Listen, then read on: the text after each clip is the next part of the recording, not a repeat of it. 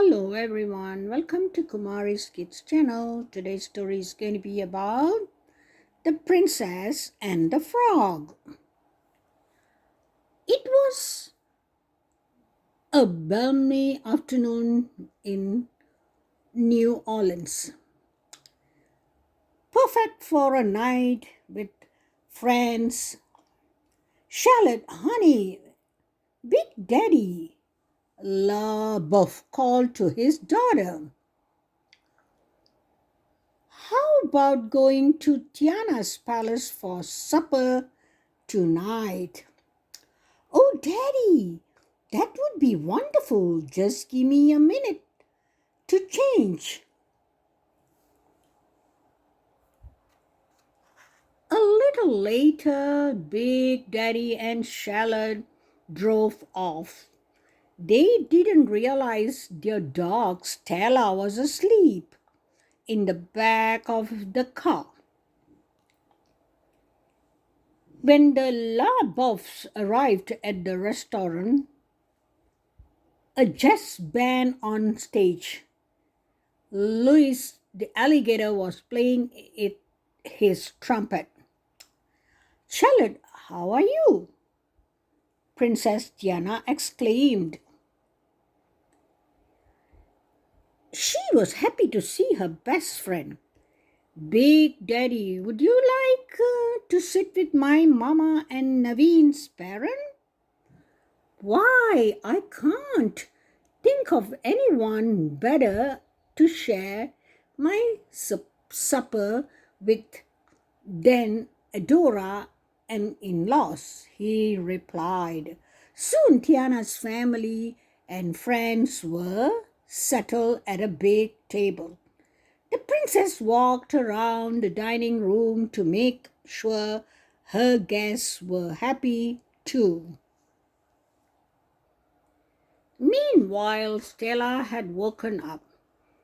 The dog climbed out of the La Beau's car and looked around. Immediately, she caught the mouth-watering scent of Tiana's bagnets. Stella followed her nose right into the restaurant kitchen. Looky here, shouted one of the cooks. We have a visitor. Here you go, puppy. Have some of this gumbo. It's a new recipe. Stella eagerly tasted the dish. It was delicious. A moment later, a waiter threw her large bone. The dog couldn't believe her good luck. Stella spent the whole evening in the kitchen, while Charlotte and Big Daddy dined to Louis' jazz music and talked with her friends. Stella was getting all kinds of treats.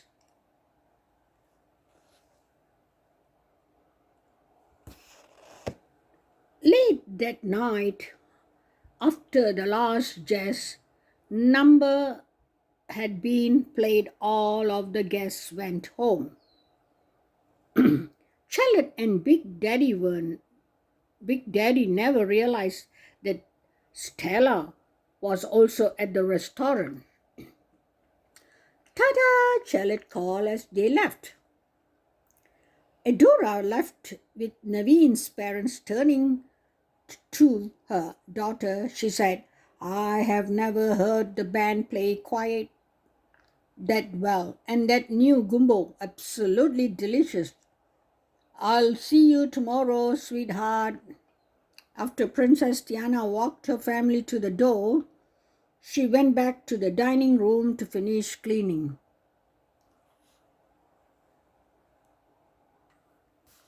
A few minutes later, Louis and the band went to the kitchen. As they walked in, Stella began to bark. Oh, woof! She was terrified of the giant alligator. Oh, now hold on, little dog. Louis spoke to Stella.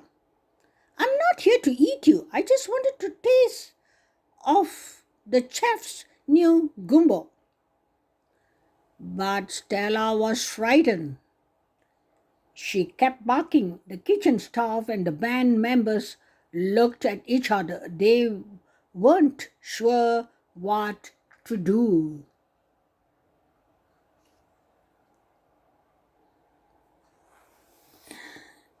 In the dining room, Tiana and Naveen heard the barking. They rushed to see what was causing the commotion. Tiana recognized the love of pet at once. Stella, what are you doing here? She asked. Don't worry, Louis is our friend. He wouldn't hurt anybody. That's true, Naveen cried, putting his arm around Louis. He's nothing but a big guy with an even a bigger heart. The alligator peeked out from behind his tail. He didn't understand why the dog was so upset. Stella looked at him suspiciously. Go ahead, princess. Tiana encouraged the dog. Just go over and make friends. Cautiously, Stella walked toward Louis. The alligator stayed very still. He didn't want to frighten the dog all over again. See, nothing to be scared about, Naveen said. Soon, Stella realized Louise was harmless. The dog wagged her tail. Then she smelled some delicious chicken. Tiana smiled. Let's get dinner for you all. The princess and the kitchen staff quickly put together a supper out of that evening leftovers.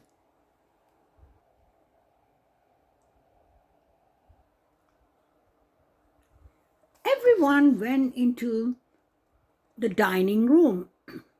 The staff, and while Princess Naveen played the ukulele, Louis picked up his trumpet and joined in the song. Some of the waitress and the waitresses began to dance. Stella didn't pay much attention, though. She was eating some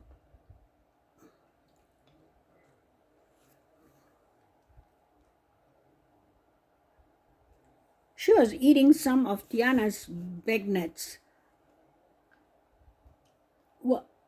A while later, the staff headed home. Tomorrow would be another busy day. And at Tiana's palace. Come along, Stella, Tiana told the dog. Time for you to go too. The prince and princess brought Stella to Charlotte's house. No one had noticed she was missing yet. Good night, Stella, Princess Tiana said, giving the dog a big hug. Now that you know how much fun we have at the restaurant, you should come by more often. Woof, woof, Stella barked. She hadn't expected to have such an adventure that night. She knew she'd return to Tiana's palace for the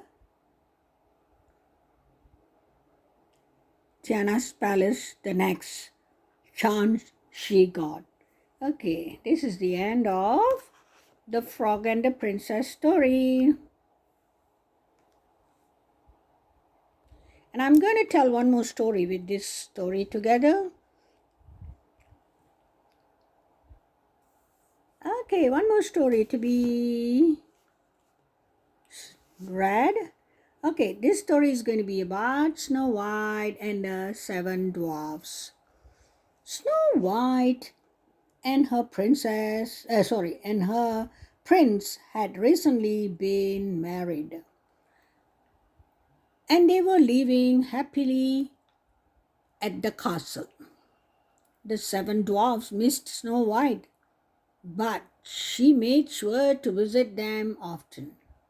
One spring day, Snow White went to the dwarfs' cottage.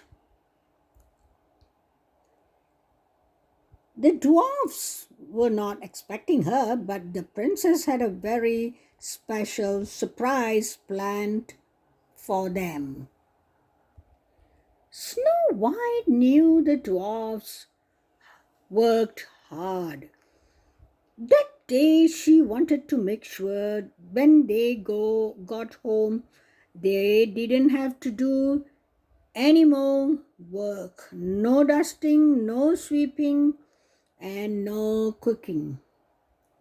Snow White waited until the dwarfs had left. Then she and her animal friends hurried into the cottage. The princess looked around. By the time the dwarfs get home tonight, our surprise will be ready. So they set to work. Snow White sang a cheerful song and she swept the cottage floor. The birds chirped while they picked up crumbs. The squirrels used their fluffy tails to dust, and the chipmunks and deer washed and dried the breakfast dishes.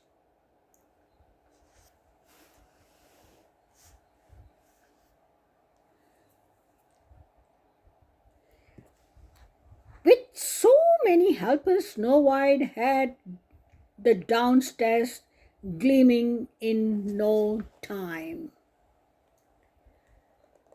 Next, they went upstairs, and the princess began to make the beds. Pull the covers up tight, she told the bunnies, then fold down the top.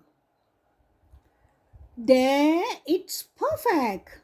The bunnies hopped off to start on other beds. Before long, every inch of the dwarf's cottage was neat and tidy. Snow White and the animals headed outside to gather fresh berries, nuts, and apples to use in the dwarf's supper. They'll be hungry after their long day work, said the princess. Luckily, the blueberry bushes had lots of ripe fruits. And the basket was quickly filled. I know what we'll make for the dessert, Snow White told the rabbits. Blueberry pie. Next, the princess and her friends strolled into a meadow to find some wildflowers. Lovely, said Snow White as she sniffed a blossom. This will be perfect for the table.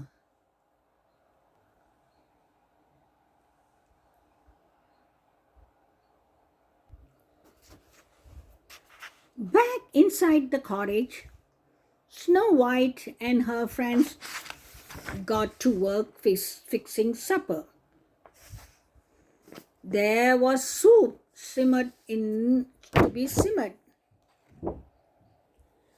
bread to be made, and pie to be baked. Before she knew it, the late afternoon sun was casting long shadows across the window panes.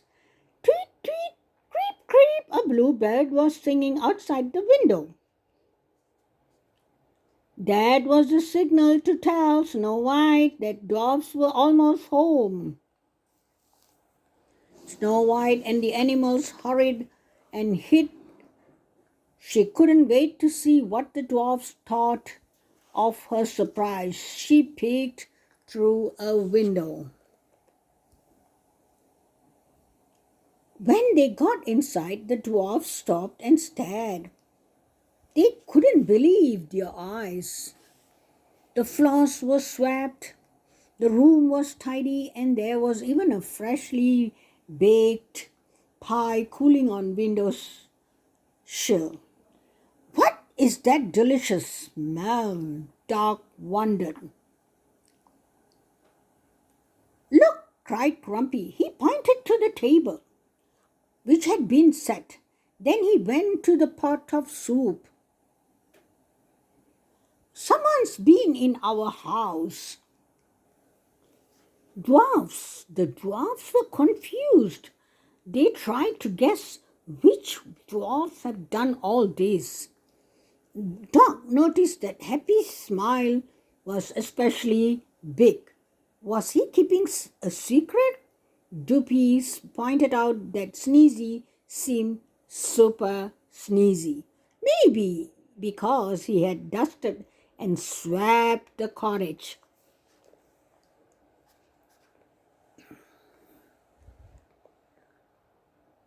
Snow White giggled as she listened outside the window. They'll never guess that we did it, she whispered to her animal friends. When the dwarfs started to eat their pie, Snow White quietly headed home. Inside the cottage, Bashful had one more guess. Whoever was behind the surprise would have to be one tired dwarf. And who seemed the sleepiest? While sleepy, of course, the truth wasn't. The truth was, Sleepy wasn't the only one. After a long work day, their tummies pleasantly full. All 7 dwarfs were ready for bed.